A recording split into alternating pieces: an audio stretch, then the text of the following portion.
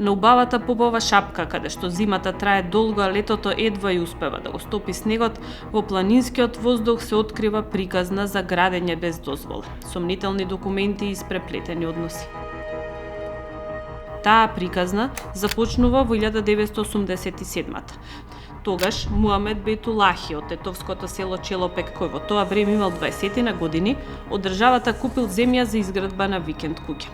Денес тој се уште емотивно раскажува како за околу 2000 тогашни марки го купил својот прв имот. Но животот го однел во Србија, ретко доаѓал назад, а секој пат кога се враќал во родното место ја користел приликата да ја посети Шара. Но лани во август се соочил со бизарна случка. Некој друг изградил куќа кај него. Сонот на Муамед е украден. Над 100 дивоградби на Попова шапка со можност истите да се легализираат. Од вкупно 769 дивоградби кои ги евидентирал директорот, најголем дел или 436 се изградени на државно земјиште. Иако невладините организации со години алармираа на постојаното зголемување на нивниот број, новото законско решение нуди можност за легализација на бесправно изградени објекти во заштитено подрачје. Изминативе 2 децении стана престиж да се изгради куќа на шапка, дури на диво и на државна земја. Направена процедура и во јавното обвинителство и во општина Тетово од градежниот инспекторат, па во полициската станица во Попова шапка, никој не превзема никаква мерка за тие дивоградби.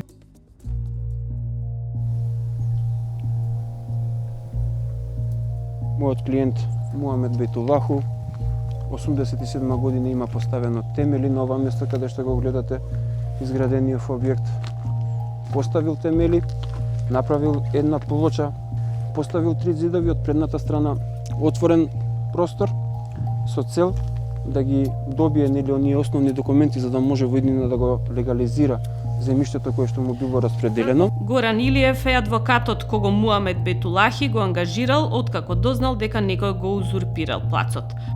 Заедно отишле да видат што се случува на парчето земја, но наместо плоча и темели стари повеќе од 3 децении, кои Муамед ги направил, затекнале модерна куќа на која имало мајстори.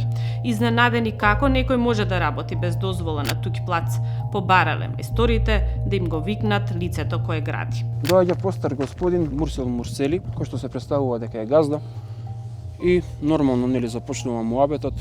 Можеш ли да ми кажеш од каде го стекнати ова, како го доби? Па што имам јас на тебе да ти кажувам? Во првиот жар на објаснување како на стара плоча одеднаш никнала модерна викендица, Муамед го убедувале дека плацот му го препродал некој од комшиите. Не, чекај, полека, сега ќе ти објаснам како го добив јас, сега ќе ти кажам, нема врска, да не се расправаме со комшиите, да не навлегуваме во конфликт. Сега све ќе ти објаснам како се стекнав јас. Мене ми дадоа поклон, мене вака, мене така, правам документи за легализација. Bespravното градење го пријавиле во полиција. Полицајците од Попова шапка исто така били изненадени како некој се дрзнал да узурпира туѓа земја. 7 дена по пријавата. Адвокатот добил известување од МВР. Не градел Мурсел, туку неговиот син Фатон. Но она што го изненадило адвокатот е што наместо да се утврди бесправно градење, во полицискиот документ делото е заведено како самовластие. Предпоставувам дека сакаат да го заштитат инвеститорот на начин што кривичното дело бесправно градење е кривично дело кое што се гони по службена должност од страна на државата преку јавен обвинител. Додека пак само властие е кривично дело кое што се гони по приватна кривична тужба. Кои се Фатон и Мурсел Мурсели? Фатон му е син на Мурсел. Нивната професионална биографија во еден момент е испреплетена, исто како и минатото на викенд куќата. По професија, поранешни новинари. И двајцата биле дописници од Тетово за македонска радиотелевизија. Мурсел е во пензија, а Фатон го напуштил новинарството. Бил раководител на канцеларијата за односи со јавност во општина Тетово, а потоа и портпарол во времето на градоначалникот Сади Беџети. Денес тој е професор на Државниот Тетовски универзитет на катедрата за социологија. Често гостува по емисии како експерт по медиуми и комуникации. Женет е за Ревиде Мурсели. Во Агенцијата за катастар Фатон Мурсели веќе е впишан како сопственик на куќата изградена врз зидовите кои Муамед Бейтулахи ги подигнал пред 3 децении. Но готовата викендица 132 квадрати, откако била легализирана, Фатон ја добил на подарок од извесен Сали Сени. За Исени не дознавме многу, освен дека е иселен во Данска каде има свој бизнис. Она што ги спојува Мурсел Мурсели и Сали Исени е тоа што се баџанаци. Токму Сали во 2016-та поднел барање за легализација на наводно изградената дивоградба на Шапка. Основа за тоа бил законот за легализација кој неколку пати беше продолжуван. Со барањето, но многу подосна во 2024-та, тој дал и изјава со која тврди дека објектот бил изграден пред 2011 година.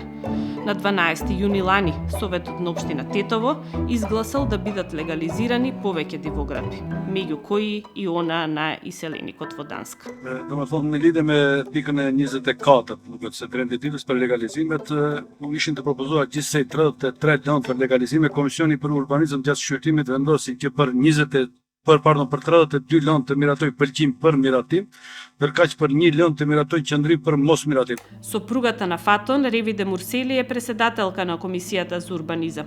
Има и уште неколку други задолженија во општина Тетово. Добар ден, господја Мурсели, Пелагија, новинарка од ИРЛ, Истражувачка репортерска лабораторија, како сте? И покрај кажаното на седницата на Советот, таа за ИРЛ рече дека одлуките за дивоградбите не ги носи Комисијата за урбанизам, туку сосема друга комисија за легализација. Општина Тетово на 16 септември минатата година донела и официјално решение за легализација на викендицата, па во катастарот била впишана како имот на Сали Сени, но веќе следниот месец нов собственик станал Фатон Мурсели, бидејќи Сени му ја подарил. А останува да утврдиме преку постапките кои што се поведени на кој начин, како и зашто ги стекнале тие документи. Во денешно време лесно може да се утврди дали некој градел пред 2011 година, за потоа да побара легализација според закон, како што тоа го сторил и Сени. Но куќа на ова место не постоела седолани, спротивно на дадената изјава под кривична и морална одговорност на Сали Сени дека таму имало куќа пред 2011 година. Пребарувајќи докази, случајно на каналот YouTube најдовме повеќе аматерски видеа објавени во периодот од 2016 до 2023 година, преку кои се прикажуваат убавините на шара. Но снимките од дрон открија дека на локацијата во тие години воопшто нема куќа. Се забележува само ниска бетонска градба, онаква каква што тврди дека подигнал Муамед Бетулахи. За да се легализира бесправно изграден објект, неопходен е и геодетски елаборат. Според документацијата за викенд куќата, овој документ го изработила фирмата Геополок од Тетово во 2017 година. Но на првата страница на елаборатот веднаш забележавме нешто необично. Датумот и часот кога дигиталниот потпис бил ставен не постојат.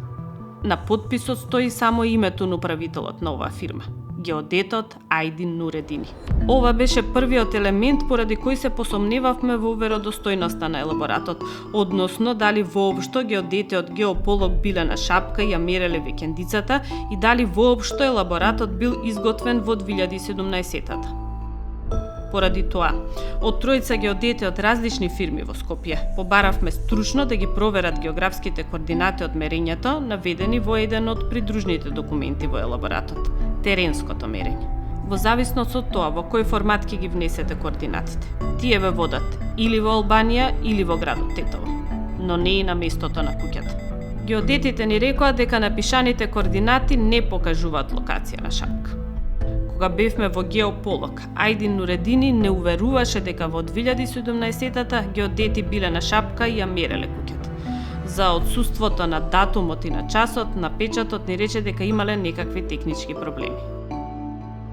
Сите овие дилеми во клучниот документ за легализација не натераа да ја провериме геодетската фирма и професионалната историја на Нуредини. Освен 5 темина вработени во општина Тетово и членот на судскиот совет, од обвинителството велат дека со истрагата се опфатени уште 4 лица.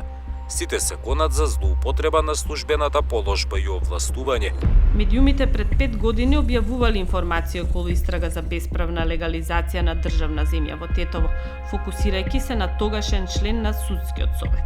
Судењето потоа ни откри дека меѓу обвинетите бил и Нуредини.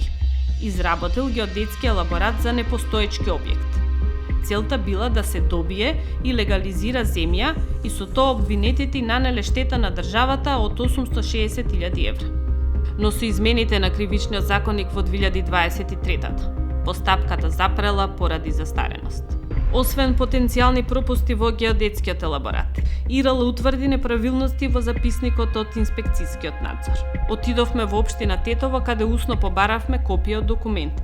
Им побаравме да пополниме формулар за пристап до информација од јавен карактер. Службите оценија дека нема потреба од таква формалност и љубезно ни дадоа копија од записникот. Но веќе следниот ден од општината не контактира и побара да им го вратиме назад, бидејќи како што оценија, сме го добиле на неформален начин. По неколку денови повторно отидовме во Тетово и им го вративме. Лично на рака му го предадовме на тетовскиот градоначалник Билјал Касами. Добив мејл да го вратам. Јас го враќам, вака ми го дадоа, ви го враќам, однесете го до... Ако вие цените дека е според законот... Добивме нов записник, но веднаш увидовме дека е различен од оној што ни го побараа да им го вратиме. Во првиот документ инспекцијскиот надзор беше заведен како редовен, а во новиот стоеше вонреден. Во првата верзија беше заокружено дека биле утврдени неправилности, но во новиот се тврдеше дека немало неправилности. Не се совпаѓаше ниту податокот колку денови траела инспекцијата. Имаше дури 3 различни варијанти во верзиите на македонски и на албански јазик. Детал во документот кој отвори уште еден дополнителен сомнеж во процесот е дека Фатон Мурсели не се појавил во градежната инспекција во Тетово на 10 септември, за кога бил повикан. Наместо тогаш, дошол дури на 24 октомври, откако во меѓувреме завршил процесот на легализација. Ако бил во процедура во договор, кој договор не знам ја, значи во тоа време тој чекал да ги заврши процедурите, да добие имотен лист и да доаѓа во инспекција да пријави дека да, тоа е веќе негова сопственост. За изменетите верзии на записникот, што ги добивме од општината, ИРЛ никогаш не доби посебен управен акт за исправките, иако тоа го предвидува Законот за општа управна постапка во член 97.